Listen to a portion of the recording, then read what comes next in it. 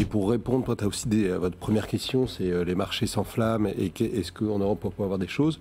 Il faut savoir que le stock 600, donc les 600 plus grosses valeurs, est à 22% américain. Alors il y a des gens qui exportent aux États-Unis, des gens qui produisent sur place, mais je vais vous donner trois valeurs qui sont très américaines. On a Deutsche Telekom. Deutsche Telekom, 80% des free cash flow se font aux États-Unis. Donc Deutsche Telekom, on peut vraiment le jouer sur cette valeur-là. Autant on a trois aspects sur Donald Trump et sur la défense. On a évidemment la guerre en Ukraine.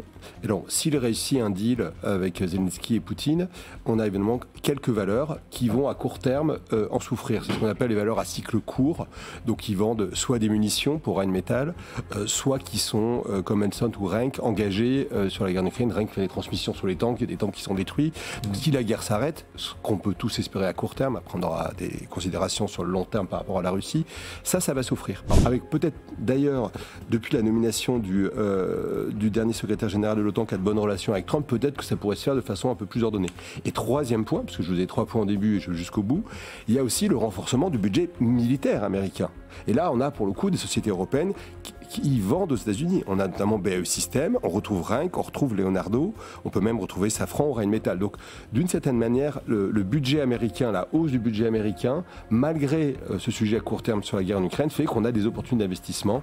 Et donc, ça peut être normal que, de manière générale, le budget de la défense monte. Écoutez, 47e président des États-Unis, 47 records cette année. Moi, je prends le pari qu'il y aura plus de records cette année pour le S&P que de présidents qui ont été élus.